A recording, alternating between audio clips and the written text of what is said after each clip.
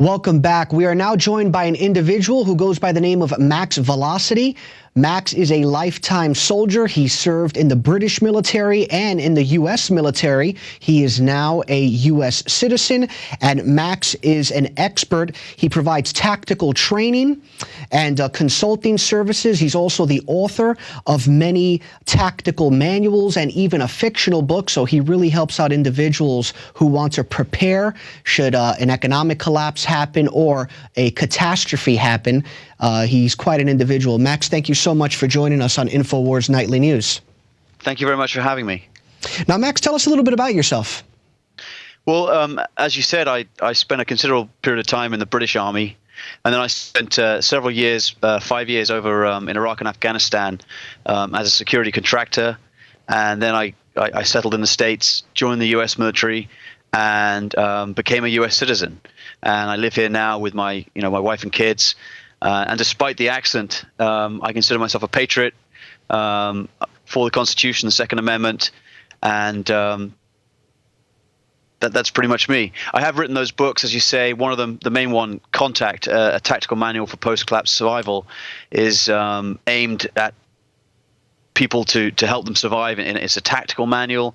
And as you mentioned, the book Patriot Dawn is just recently out, and that's an attempt to bring a message via a fictional novel, which it seems to me is a good way of bringing those sort of things to people and giving them a good impression about what they might expect and how they might best prepare themselves. Yeah, absolutely. And we're going to absolutely get to those in a second.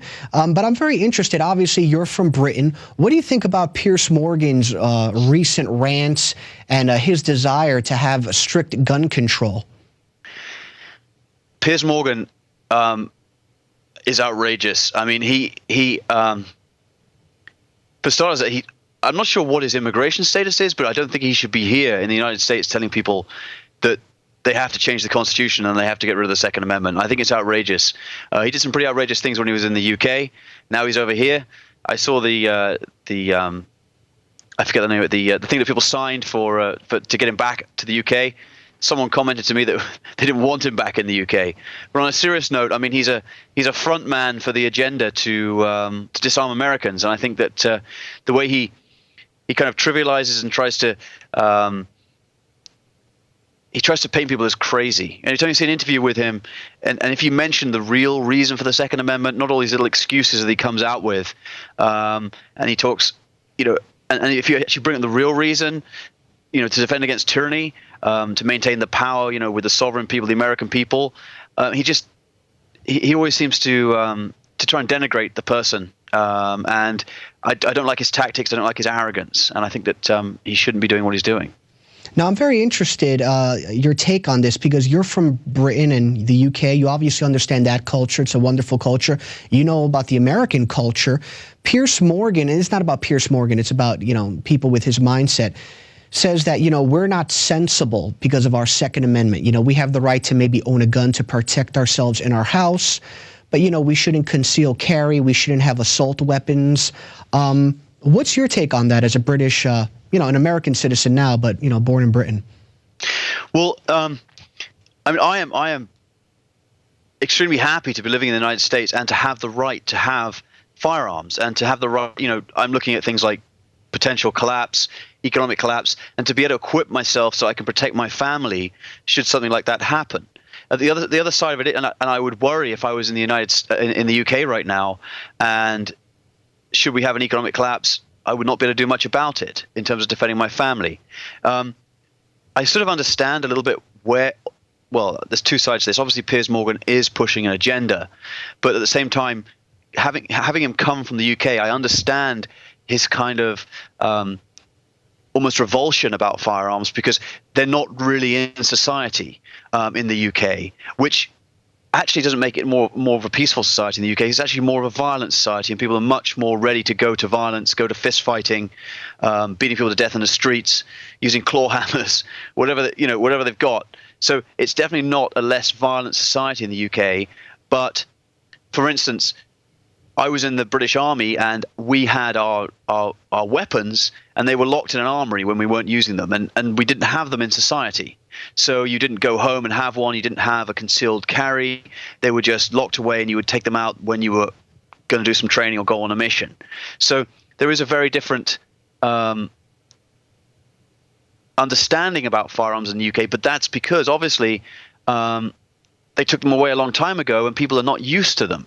So, which is precisely what people want, with this kind of programming that's going on in the United States right now, is to create, in our school children, a kind of revulsion about guns and firearms, and everybody has one. It's crazy. Whereas, in fact, given that the bad guys, whether that be potential government tyranny or whether that just be the criminals, if they've got those guns, I mean, the sensible thing is that even if there was no Second Amendment, the good guys need to have guns to protect themselves against the bad guys. Luckily, we have the Second Amendment, which prevents this kind of propaganda from, well, hopefully is going to prevent this propaganda from pushing through all the way and getting what they want, which is a total ban on guns. Now, I mean, you, in your estimation, you touched on it a little bit. I mean, do you think the UK is more dangerous than the United States in terms of violent crimes? Yes, I think that I mean, it's not that there are no guns in the UK, because a lot of criminals have guns. But of course, that you could say that kind of criminal gun violence is confined to the criminal gang sort of classes and areas and groups. But in general, the UK is I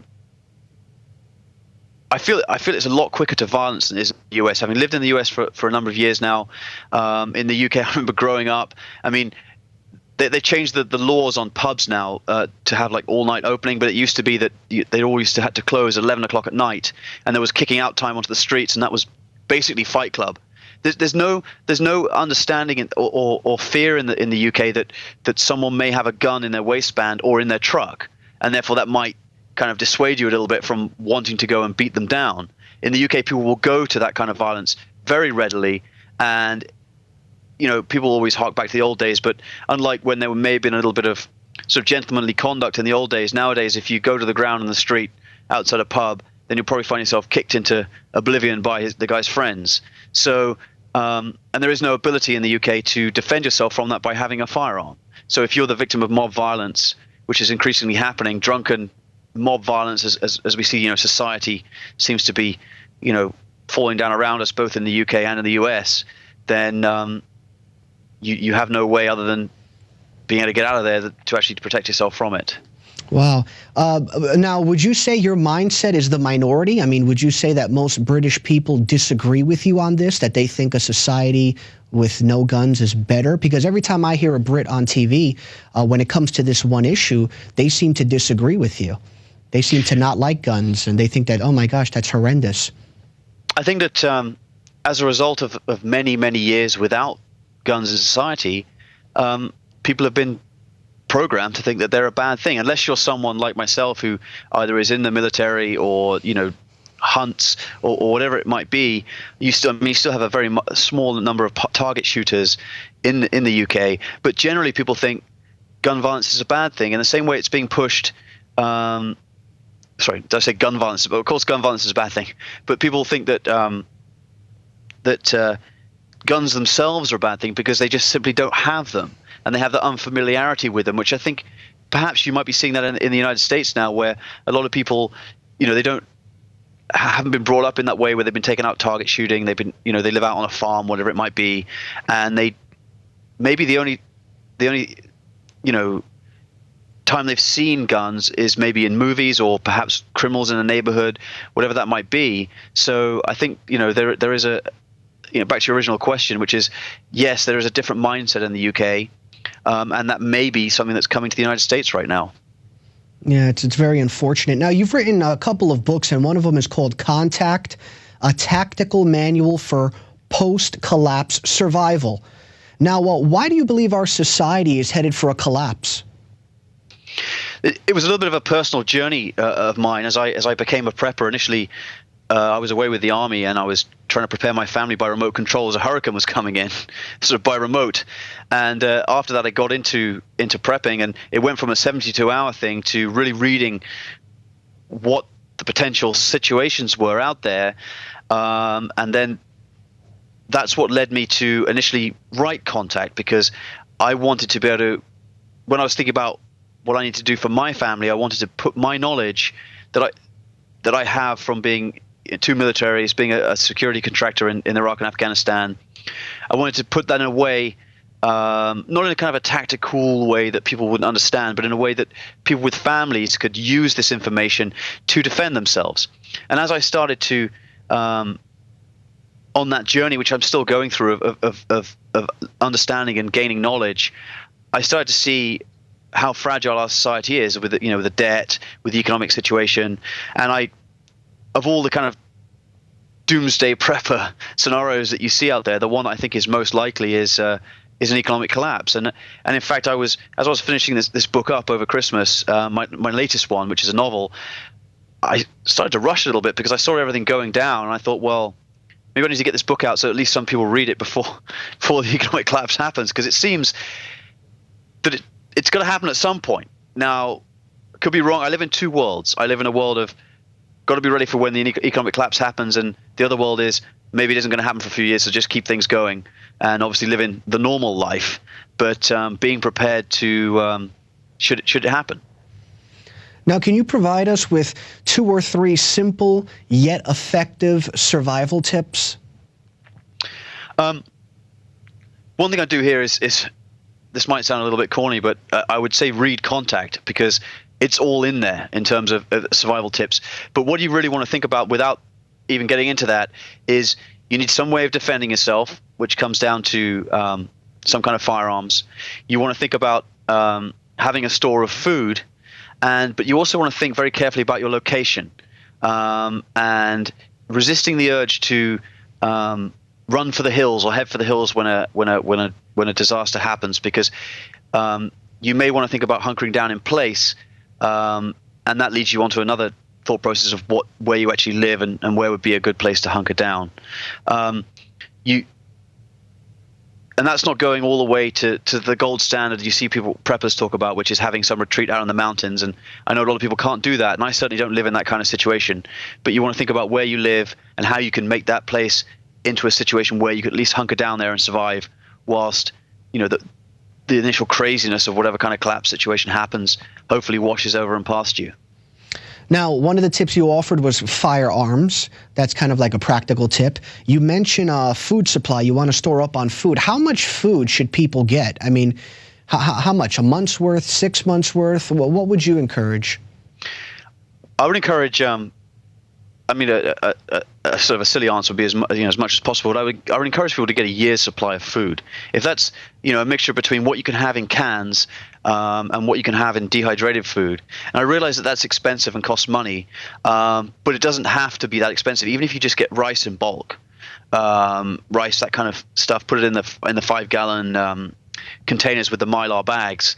Any prepping site will tell you how to do that, and then get some other stuff to supplement it. But I think that if a serious collapse happens, now there's 2 things here. And when I wrote my book Patriot Dawn, I wrote of a kind of a collapse overlain with a government tyranny and a regime that rises. You could get a collapse of the kind of the apocalypse type thing where everything suddenly goes away, or you could get a government tyranny situation.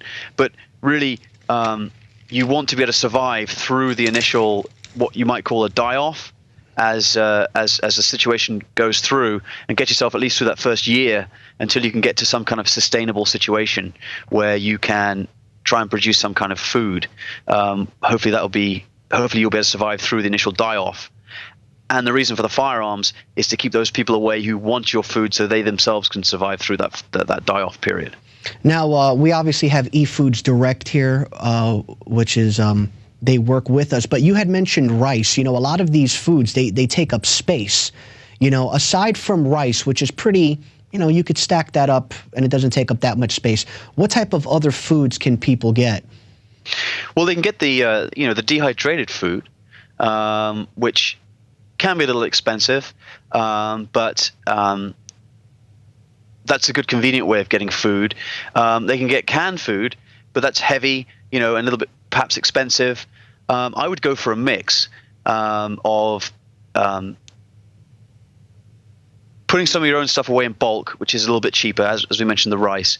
Getting some dehydrated food, and without mentioning any brand names, but and also get a good sort of a pantry stock of canned food, spices, all the little extra additional items that you're going to need. And the other thing is, if you live in the kind of environment where you can do this, obviously not in the inner city, but if you have some kind of acreage with a homeowners association that will allow you to do it, you can get chickens, you can maybe get a goat for milk, something like that. Start a little garden, just a vegetable garden. All these kind of things will supplement your food and allow you to have some fresh stuff and keep you going, a little bit longer. And part of my naiveness, what is dehydrative food? Sorry, did I say dehydrated? Oh. So you can get you get brands like Mountain House and Thrive, and you can get these anywhere. And it's just basically we add hot water, and the food will reconstitute. And so it's very convenient. All you've got to do is have the ability to. I've never tried it, but you can actually eat them with cold water. But I don't think that's going to work very well. But if you're desperate, you're desperate. But you've got to consider that. You may not have, for instance, bread. So you might want to think about a way to make bread. And if you think you can't do that, then you want to think about maybe you can get in the same people that sell the dehydrated food, you can get things like pilot crackers. And so you can get a bunch of those, tubs of the pilot crackers and think about what you're going to put on it. So maybe you can get some canned butter or some, peanut butter, which lasts a long time. And just think about how you're going to survive without being able to go to the supermarket, and think how you're going to cook that food and heat that water. So you want to think about, maybe you've got a bit of propane, and how long is that propane going to last? So do you have a wood burning stove or a supply of wood? And it kind of snowballs into, this is the whole prep. I'm getting into the whole prepping thing here, but you've got to imagine yourself in a situation without utilities where you can actually think of alternatives for what you do now, and even that goes across to hygiene and taking a shower. So how are you going to do that? Well, obviously in a water supply, maybe on a wood burning stove, you can heat some water. And then this is something actually I first did in Afghanistan, which is to use one of those solar showers. But when it's cold, you can actually fill one of those solar showers with hot water that you use on a wood burning stove. And then you can go wherever's private, hang up a bar in your bathroom. Sure. And you can actually take a shower and think about, how you're going to work on your hygiene and the hygiene of your kids. But I'm kind of getting a little bit into the whole prepping situation right now. No, that's fine. I mean, we definitely want to know about that, obviously. Now, just changing gears a little bit, what are your thoughts on the fact that the federal government is cracking down on assault weapons, as are local governments? What's your take on that? Okay, I think that sorry, my phone was going off there. I apologize. I think, again, they talk about assault weapons. These are not assault weapons; they're semi-automatic weapons. I think this is just part of the of the whole crackdown, which will probably, if it's allowed to continue, will result in eventual confiscation. I'm also deeply unhappy about it because I consider those things that they call assault weapons, your AR-15s, that kind of thing, as the premier thing that you want to have to use for self-defense. So, for instance, I have a couple of them, and you need to have the right gear. As you mentioned before, I'm a tactical instructor, and I write about this in my books, and I actually train people. And you need to have the right gear, the right number of magazines, which they call high-capacity magazines, but of course, it's just a normal 30-round magazine. And you need to have a number of 30-round magazines, an ammunition resupply. You need AR-15s or similar AK-style weapons. Of course, they're only semi-automatic weapons. They're not fully automatic military weapons. But these are the premier things that you want to have in order to actually defend your family and your, wherever it is you find yourself hunkering down in your house or your retreat or wherever it might be should a collapse happen. But let me just play devil's advocate here. Many people are saying, oh, come on, you don't need to have a gun that shoots 100 bullets in 20 seconds. The Supreme Court has ruled, or one of the higher courts, that there can be reasonable restrictions on guns. There are just some certain things that are too powerful that the average guy on the street doesn't need. What do you say to that? Well, I think it's ridiculous, and I think it's also disturbing if we bring it back to the idea of a collapse, then clearly you need the ability to actually take down multiple assailants. If you're in a collapse situation, if you're a family hunkered down in a farm building somewhere and you've got food, and some of these marauders, whoever it might be, find out that you have, then you need the ability to actually even the odds a little bit. And clearly, you're not going to be able to fire 100 rounds off in 20 seconds, all the things they talk about. But it also seems to be meaningless as well, because the bad guys will always have the fully automatic weapons, the high capacity magazines. So criminals will still be able to go and do what they do. All this is really harming is the innocent law abiding person. This is the person that I wrote my books for, the guy with the family who needs to protect them, whether that be from people before any kind of collapse or whether it's after collapse. Clearly the focus of my books is for a post-collapse situation. And the other side of that is that if you're a crazy guy who wants to go shoot up a school, there's lots of effective weapons or ways you can do that without having an AR-15 with a 30-round magazine. I mean, these shotguns with pump-action shotgun, you can do a hell of a lot of damage with one of those.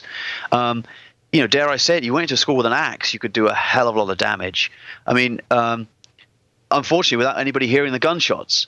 So I just don't think it's a fair argument. And but what really concerns me about the whole thing is that it's a specious argument about whether you have a 10-round magazine or a 30-round magazine, but you're just eating away at people's ability to actually defend themselves. Because who are these people to say that you won't need 30 rounds or change magazines to another one because you've got multiple attackers coming at you? Who's to say that 10 rounds is enough? And there's multiple things in the media right now. There was something recently about a woman who was home with her kids, and she had a small revolver, I think, with 5 rounds in it, and she hid in the attic while one guy broke into her house, and she shot him 5 times with this revolver when he finally found her and the kids in the attic, and he still managed to walk out of the house. So New York has just said that you can only have a 7-round capacity firearm. So are you saying that 7 rounds is enough? And what if it'd been 2 attackers? Clearly 5 rounds wasn't really enough. It persuaded the guy to walk out, but he wasn't dead. So I think it's a specious argument, and I think it damages, firstly, the ability of people and families to protect themselves in what part of what I'm talking about here is a collapse situation, a financial collapse when the electronic benefit checks don't work anymore and there's mobs rampaging in the streets. And it also ultimately infringes on the ability of the Second Amendment, the real reason of the Second Amendment, which is to ensure that the people can defend themselves against tyranny. Now, clearly the people don't have main battle tanks, drones, attack helicopters, but they should still have the ability to have something that approaches a military weapon. Now, Max, sorry to cut you off. We only have 1 or 2 minutes left, and I want to make sure you get a chance to talk about your book. You just came out with a book. In 2 minutes, let the public know about it.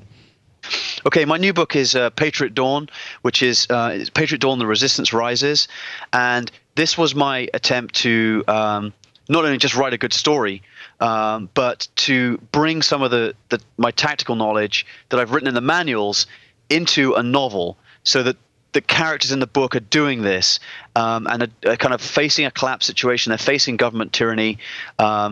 There's a resistance that forms.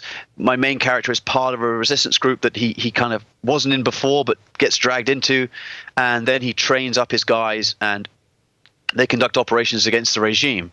And part of the reason of the book is to kind of go through and explain, without being boring, but interweave into the storyline some of the tactical themes that I go through in my manual. So I actually have people doing it, which I know for many people is a better way of learning and understanding. And partly also what I like to do with the book is to give people, people talk about fighting against tyranny. They talk about, my cold dead hands, but just to give people pause to think and just to give them an idea of what they might be facing should the situation ever come to pass. So I've got drones, I've got attack helicopters, I've got big bad regime forces coming after the resistance movement, and just to give an idea about how something like this may potentially go down. Not saying it is the way it will happen, but just to kind of give people pause for thought.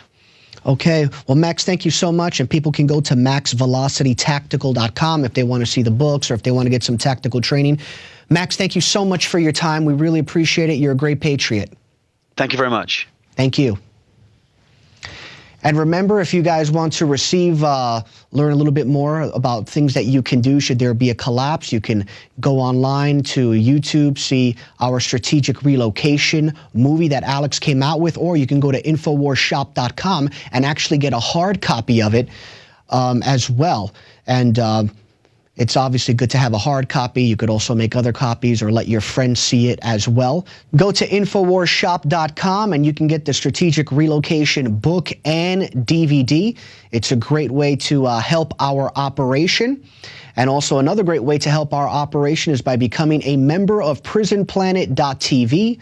For less than $6 a month, you can get access to a lot of content, and we still have a special program going on where if you get a subscription, as many as 10 other people can share your username and password, or if you want to save money, you and a couple buddies can all chip in for one subscription price and share the same username and password, and for just $1 or $2 a month, you can have a subscription to PrisonPlanet.tv. Well, that's all for this edition of InfoWars Nightly News. Thank you for joining us. We'll see you again tomorrow evening.